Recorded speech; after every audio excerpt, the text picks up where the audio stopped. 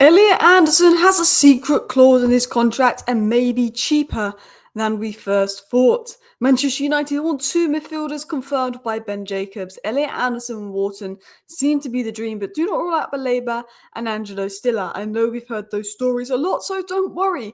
I'm going to get into a different transfer story today, a transfer story that I think many of you did not see coming. Now, interestingly, I think it might have been Andy Mitten that said the centre-back will be one of Manchester United's priorities, and everyone was kind of shocked by that.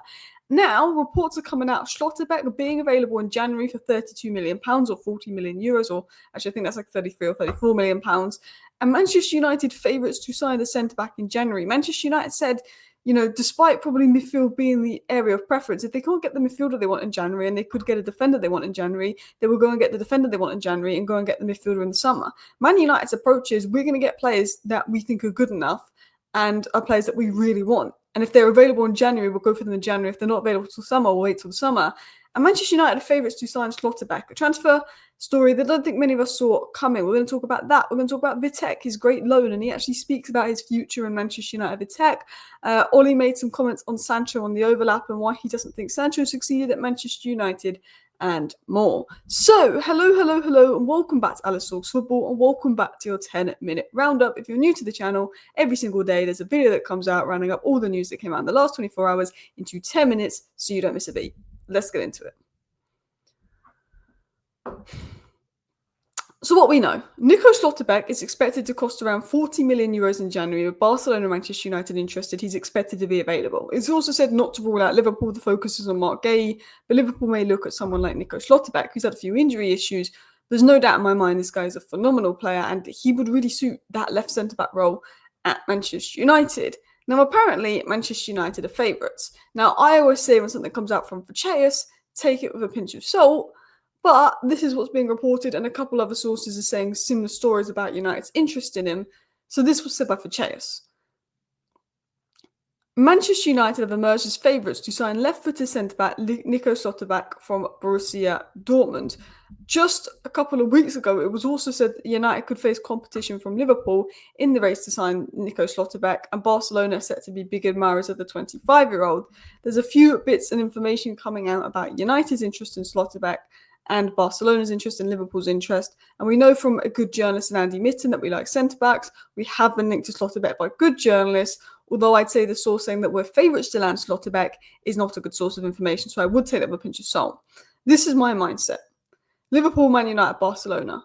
Liverpool and Barcelona need a centre-back a lot more than Man United, and have probably got more pull than us at this current point in time.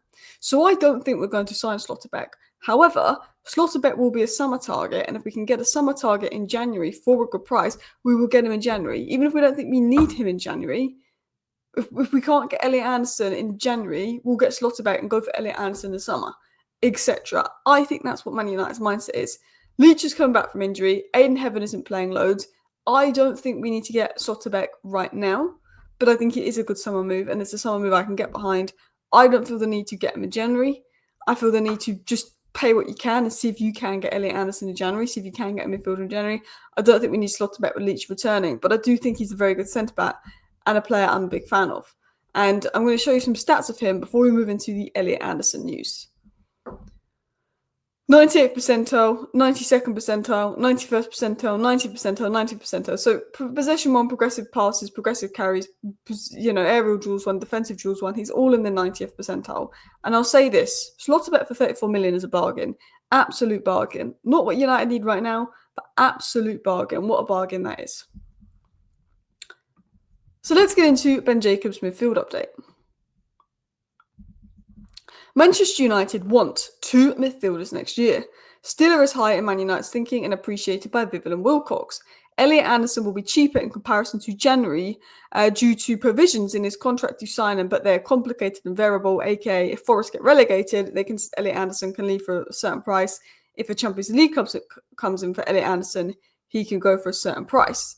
Wharton is also appreciated by Manchester United. Ben Jacobs says that we're looking at a lot of midfielders because we want two. I think Man United's dream is Elliot Anderson and Adam Wharton. I think Adam Wharton is going to go to like Real Madrid or somewhere.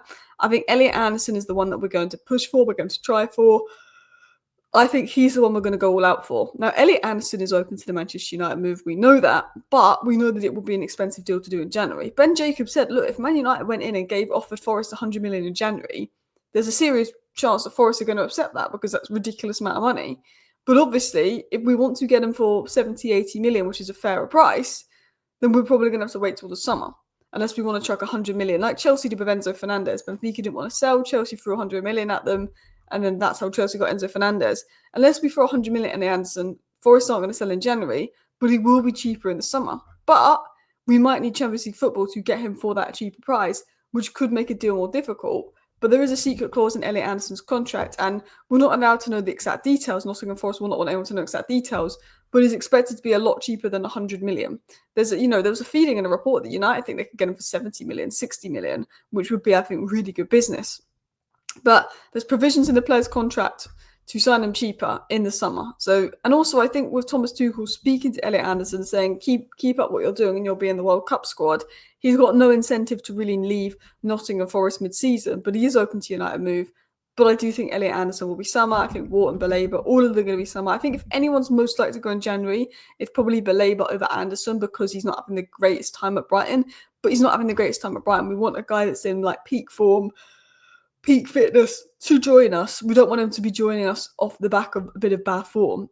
So that's what's been said there. So look, Schlotterbeck, Anderson, Baleba, Wharton, all great players, all players I'd be happy for us to sign.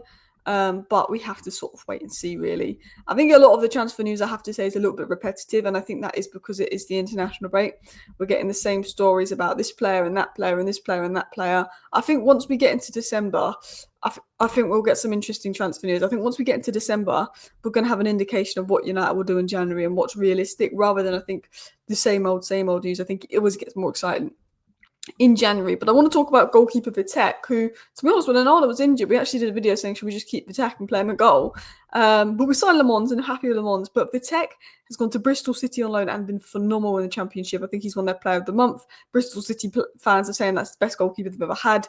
He's doing nuts.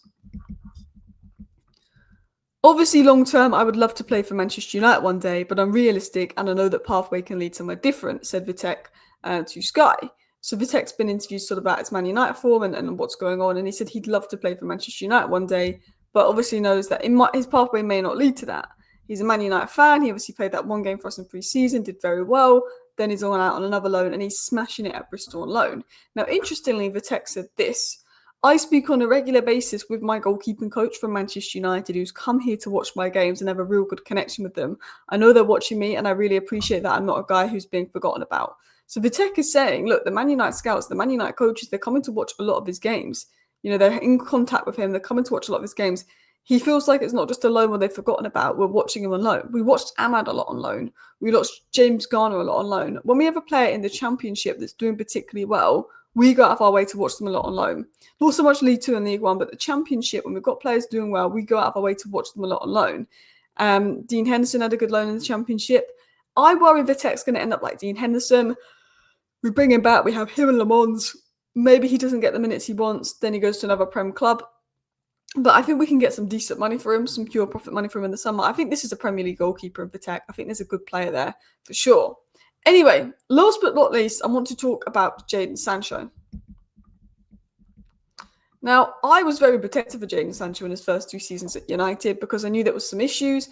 And he had some illnesses and he didn't hit the ground running under Ollie and Ragnick, but he showed a bit of form under Ragnick. And then when Ten Hag came in, he obviously had some mental health issues. So I was really protective of Sancho in his first 2 seasons. Then he acted like a knobhead in his 3rd season, and he's proven he is a knobhead in his 4th season and 5th season.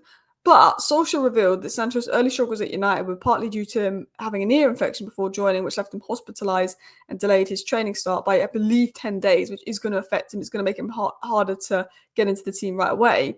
And he said Sancho never had a chance to find form properly. And I do agree that there was a lot of variables that didn't help Sancho, because I think he's probably the player I was most excited about signing and most disappointed in out of all our signings. I think Sancho's been the most disappointing signing for me. He joined, he wasn't well, he got ill, he didn't have, came off the back of the Euros where he missed the penalty, the abuse. He joined at an all-time low in his career. Ollie wasn't given the time to really integrate Sancho. Ragnick came in, then Ten Hag came in, different managers, different styles. had illness issues, had mental health issues, struggled. But us fans got behind him, gave him the patience, and ultimately he fell out with Ten Hag. He refused to apologise. And I think while a lot of things didn't go Sancho's way at Man United, he also acted like a bit of a twat, to be honest. He wasn't given 100% of training. He's rejected moves for the money. He's shown his true colours. And look, it's a shame because I thought Sancho was going to be one of our best ever players, and he wasn't. But it is what it is. Anyway, thank you for watching today's 10-minute roundup. See you next time. Bye.